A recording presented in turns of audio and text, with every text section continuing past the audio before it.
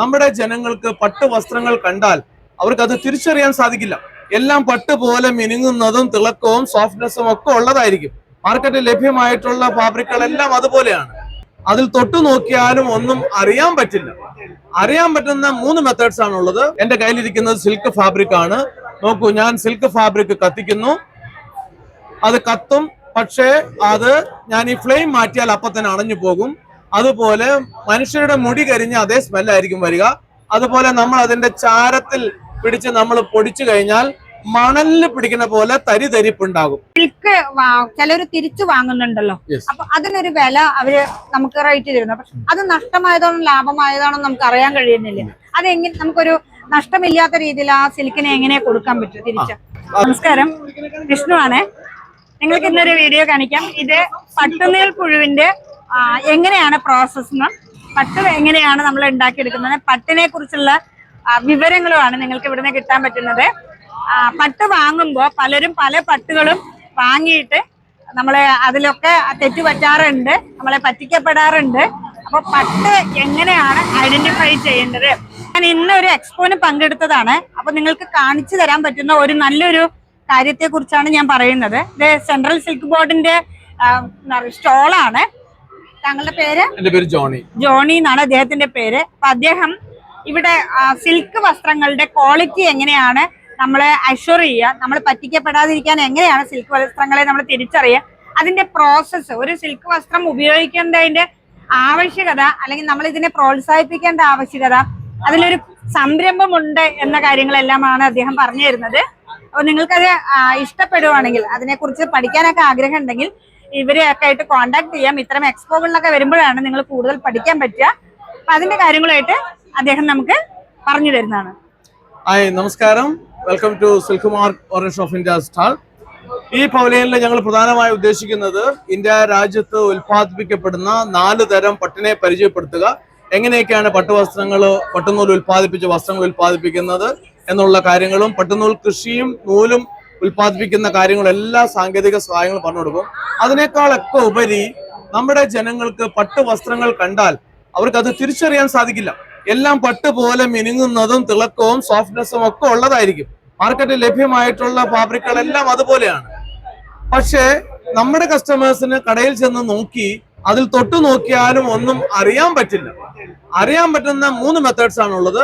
1 chemical test, 2 physical test, 3 burning test. Chemical ടെസ്റ്റും physical ടെസ്റ്റും നമ്മൾ ലബോറട്ടറിയിൽ സാമ്പിൾ കൊടുക്കണം. അത് കുറച്ച് സമയമൊക്കെ എടുക്കുന്ന കാര്യമാണ്. പക്ഷെ ബേണിംഗ് ടെസ്റ്റ് നമ്മുടെ എല്ലാ കസ്റ്റമേഴ്സും നമുക്ക് ചെയ്യാം. ഞാനിപ്പോ നിങ്ങൾക്ക് സിൽക്ക് ഫാബ്രിക്സ് നിങ്ങൾക്ക് ഞാൻ കത്തിച്ച് കാണിച്ചു തരാം. എന്റെ കയ്യിലിരിക്കുന്നത് സിൽക്ക് ഫാബ്രിക് ആണ്. നോക്കൂ, ഞാൻ സിൽക്ക് ഫാബ്രിക് കത്തിക്കുന്നു, അത് കത്തും.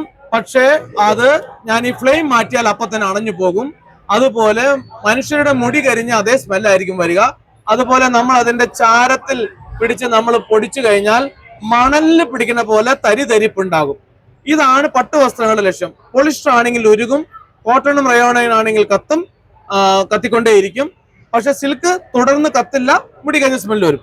പക്ഷെ നമുക്കൊരു കടയിൽ ചെന്ന് നമുക്ക് ഇതുപോലെ ചെയ്യാൻ സാധിക്കില്ല, അവർ സമ്മതിക്കില്ല. അവിടെയാണ് ഗവൺമെന്റ് ഓഫ് ഇന്ത്യ നമുക്ക് സിൽക്ക് മാർക്ക് മുദ്ര വെച്ച പട്ടുവസ്ത്രങ്ങൾ നിങ്ങൾ വാങ്ങണം. സിൽക്ക് മാർക്ക് മുദ്ര ഉണ്ടെങ്കിൽ അതിനർത്ഥം ആ ഫാബ്രിക്, ആ പ്രോഡക്റ്റ് പരിശുദ്ധമാണ് എന്നുള്ളതാണ്. കാരണം കസ്റ്റമേഴ്സിന് തൊട്ടു നോക്കിയോ അതിൽ ഫീൽ ചെയ്തോ നമുക്ക് അറിയാൻ പറ്റാത്ത കാര്യങ്ങൾ, അതിന്റെ പരിശുദ്ധി ഉറപ്പുവരുത്താൻ സിൽക്ക് മാർക്ക് മുദ്ര പതിപ്പിച്ച പട്ടുവസ്ത്രങ്ങൾ മാത്രം നൽകുക. സിൽക്ക് മാർക്ക് മുദ്ര നൽകുന്നത് government of India under ministry of textiles. Silk mark orange of India ആണ് ഇത് പോപ്പുലറൈസ് ചെയ്യുന്നത്, ജനങ്ങളെ പരിചയപ്പെടുത്തുന്നത്. അപ്പൊ നമ്മുടെ കസ്റ്റമേഴ്സ് എല്ലാവരും ഏത് ഷോപ്പിൽ ചെന്നാലും സിൽക്ക് മാർക്ക് മുദ്ര നോക്കി മാത്രമേ ഫാബ്രിക് വാങ്ങാവുള്ളൂ. നിങ്ങൾ വഞ്ചിക്കപ്പെടരുത്. സിൽക്കിന് 1 കിലോ നല്ല വിലയുണ്ട്, പക്ഷെ സിൽക്ക് പോലെ ഇരിക്കുന്നതിന് അത്രയും വിലകളില്ല. നമ്മൾ വഞ്ചിക്കപ്പെടും. 4 ടൈപ്പ് സിൽക്ക് എന്ന് പറഞ്ഞു, പട്ട് എന്ന് പറഞ്ഞില്ലേ, അത് ഏതെല്ലാമാണെന്ന് പറയാമോ? 4 തരത്തിലുള്ള പട്ടുകള്: മൾബറി, തസാർ, എരി, മൂഗ.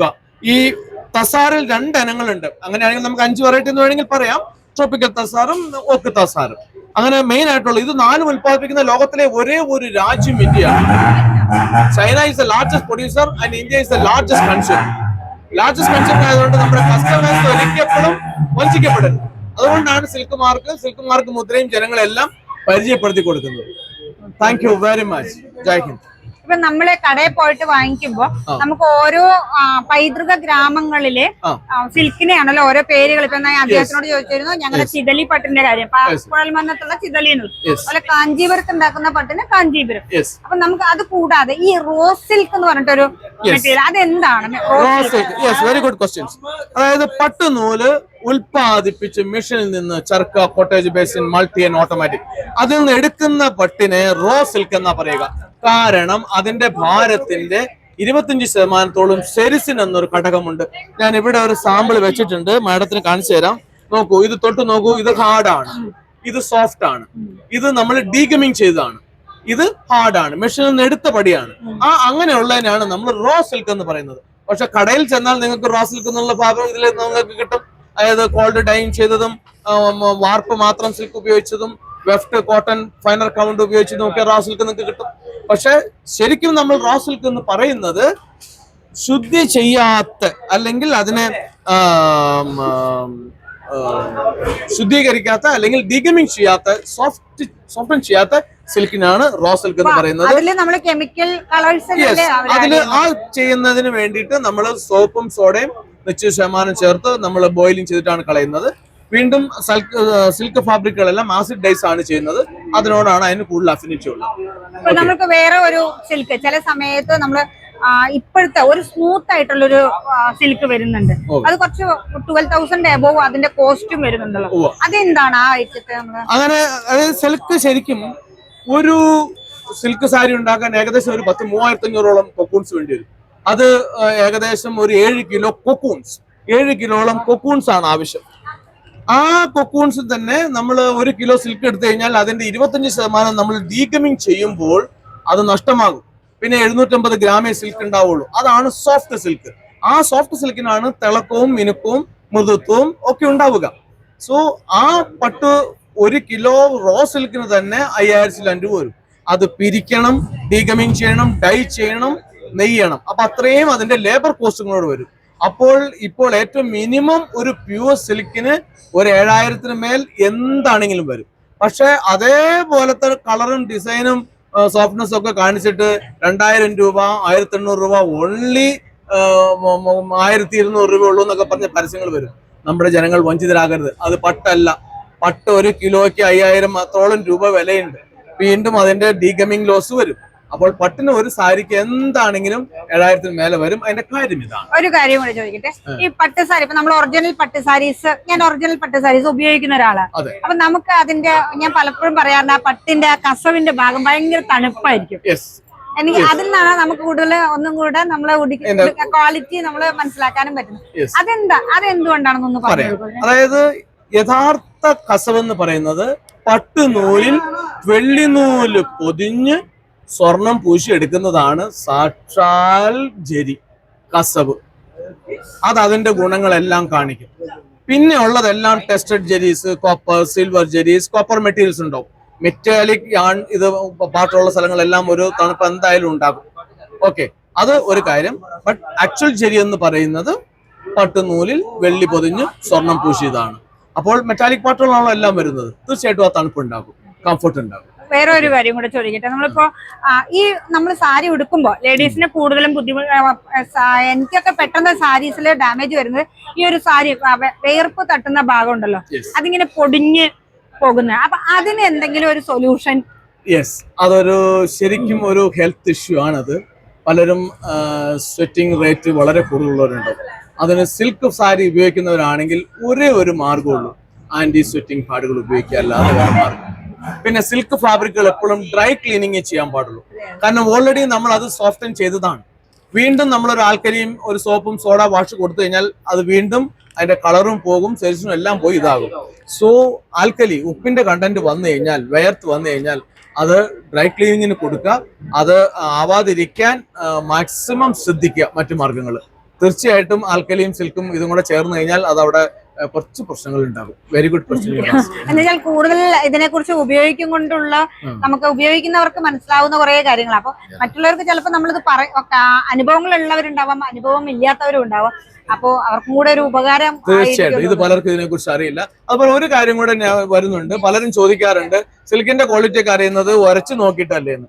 ഉരച്ചു നോക്കുന്നത് കടപ്പാക്കല്ലിൽ അതിന്റെ ജെരി മെറ്റാലിക് പാർട്ടും അതിന്റെ മെറ്റീരിയലും ഒക്കെ അറിയാൻ വേണ്ടിയിട്ടാണ് അവർ ചെയ്യുന്നത്. അത് ബൈബാക്ക് തിരിച്ച് പർച്ചേസ് ചെയ്യാൻ വേണ്ടിയിട്ടാണ് അവരത് ചെയ്യുന്നത്. അതിലടങ്ങിയിരിക്കുന്ന ഗോൾഡ് ആയാലും മറ്റു മെറ്റലായാലും അതിന്റെ അളവ് എത്രയാണെന്ന് അറിയാനാണ് അവർ കടപ്പാക്കല്ലിൽ ഉരച്ചു നോക്കുന്നത്. സിൽക്ക് ഒരിക്കൽ എപ്പോഴും ഉരച്ചു നോക്കി അറിയാൻ പറ്റില്ല. ആ ഉരച്ചു നോക്കുന്നത് ജെരിയുടെ അളവ് അറിയാനാണ്. കാരണം അവർ അതിന് തിരിച്ച് പൈസ കൊടുക്കുന്നുണ്ട്. ഒരിക്കലും സിൽക്കുമായി അതിന് ബന്ധമില്ല. അതിലെ മെറ്റാലിക് അറിയാൻ വേണ്ടി മാത്രമാണ് അത് അങ്ങനെ ഉരച്ചു നോക്കുന്നത്. സിൽക്ക് നോക്കുന്നത് only the burning test or physical test. Silk ചിലര് തിരിച്ചു വാങ്ങുന്നുണ്ടല്ലോ. അപ്പൊ അതിനൊരു വില അവര് നമുക്ക് റേറ്റ് തരുന്നു. പക്ഷെ അത് നഷ്ടമായതാണോ ലാഭമായതാണോ നമുക്ക് അറിയാൻ കഴിയുന്നില്ല. അതെങ്ങനെ നമുക്കൊരു നഷ്ടമില്ലാത്ത രീതിയിൽ ആ സിൽക്കിനെ എങ്ങനെ കൊടുക്കാൻ പറ്റും തിരിച്ച്? അത് നമുക്ക് പെട്ടെന്ന് പറയാൻ പറ്റില്ല. ബാക്കിയുള്ള സാധനങ്ങളെല്ലാം മാർക്കറ്റിൽ വില ലഭ്യമാണ്. നമുക്ക് ഇതിലെല്ലാം എല്ലാത്തിന്റെയും സ്വർണവും പച്ചക്കറിയും മറ്റ് ഗ്രോസറി ഐറ്റംസ് എല്ലാമാണ്. പക്ഷെ സിൽക്ക്, പഴയ സിൽക്ക് ഫാബ്രിക്കുകൾ തിരിച്ച് മേടിക്കുന്നത് ഇതുവരെയും ഒരു സ്റ്റാൻഡർഡൈസ് ചെയ്ത് ഇന്ന എത്ര വില എന്ന് നമുക്ക് പറയാൻ പറ്റില്ല. അത് ഉരച്ചു നോക്കി മെറ്റീരിയൽ ഏതാണെന്ന് മനസ്സിലാക്കി അതിന്റെ ടോട്ടൽ വെയിറ്റ് അവർ നോക്കും. സിൽക്കിന്റെ വെയിറ്റ് അവർക്ക് ഏകദേശം അറിയാം, ഇത്രേ വരുള്ളൂ. ബാക്കിയുള്ള വെയിറ്റ് മുഴുവൻ ഇതിന്റെ ആയിരിക്കും. ആകപ്പാട് അറിയാവുന്നുള്ളത് ആ സാരിയുടെ തൂക്കം നമുക്കൊന്ന് നോക്കിയാൽ മാത്രം അറിയാൻ പറ്റും. ബട്ട് അതൊരു സ്റ്റാൻഡർഡൈസ് ചെയ്തിട്ടില്ല. എങ്കിലും ഏകദേശം ആ ഒരു ജെറിക്ക്, നമ്മളൊരു സാരിക്ക് ഒരു ജെറി ഉപയോഗിക്കുമ്പോൾ അതിന് ഏകദേശം ഒരു വാല്യൂ, ഇപ്പൊ ഇത്ര വീതിയുള്ളൊരു ബോർഡർ ഒന്നും പറയാൻ പറ്റില്ല. കാരണം അതിൽ ഉപയോഗിച്ചിരുന്ന മെറ്റീരിയൽ ഏതാണെന്ന് അറിയാൻ പറ്റില്ലല്ലോ. ഇന്ന ഇത്ര ബോർഡറും ഇത്ര പുട്ടാ പല്ലു അതൊക്കെ ജെരിയിലാണ് എന്ന് പറഞ്ഞാലും അതിലടങ്ങിയിരിക്കുന്ന മെറ്റീരിയൽസും കൂടെ നമ്മൾ അറിയണം. അത് അവർ പറയുന്ന വിലയല്ലാതെ മറ്റൊന്നും തൽക്കാലം മാർഗമില്ല. ജെരി ടെസ്റ്റ് ചെയ്യാൻ സെൻട്രൽ സിൽക്ക് ബോർഡിന് ടെസ്റ്റിംഗ് സെന്ററുകളുണ്ട്, എത്ര ഗോൾഡ് അടങ്ങിയിട്ടുണ്ടെന്നൊക്കെ അറിയണം. പക്ഷെ പഴയ സാരികൾ ഇന്നതിന് ഇന്ന വിലയെന്ന് സ്റ്റാൻഡർഡൈസ് ചെയ്തിരിക്കുന്ന സംവിധാനം ഇപ്പോൾ ഇല്ല. ഇത് ഇത്രയാണ് നോക്കുന്നത്. ആ ജെരിയുടെ അളവും അതിന്റെ അകത്തുള്ള പ്രഷ്യസ് മെറ്റൽസിന്റെ ഇത് അറിയാനാണ് അവർ ചെയ്യുന്നത്. ഉരച്ച് നോക്കുമ്പോൾ തന്നെ അവർക്കറിയാം. അതിൽ മാഴുന്ന മാർക്കും അതിന്റെ ഡെപ്ത് കണ്ടാൽ അവർക്കറിയാം. പക്ഷെ no standardise. Very good question. Thank you. എന്തായാലും ഇത്രയും കാര്യങ്ങള്, ഒരുപാട് സംശയങ്ങളുള്ള ഒരുപാട് കാര്യങ്ങളാണ് ഞാൻ ചോദിച്ചത്. 25 years ആയിട്ട് ഞാൻ സിൽക്ക് സാരീസ് ഉപയോഗിക്കുന്നുണ്ട്. അതിന്റെ സംശയങ്ങൾ വന്നത് അദ്ദേഹത്തിൽ നിന്ന് ദൂരീകരിക്കാൻ എനിക്ക് കഴിഞ്ഞിട്ടുണ്ട്. നിങ്ങൾക്കും അത് ഉപകാരമായിരിക്കും എന്ന് വിചാരിക്കുന്നു. Thank you.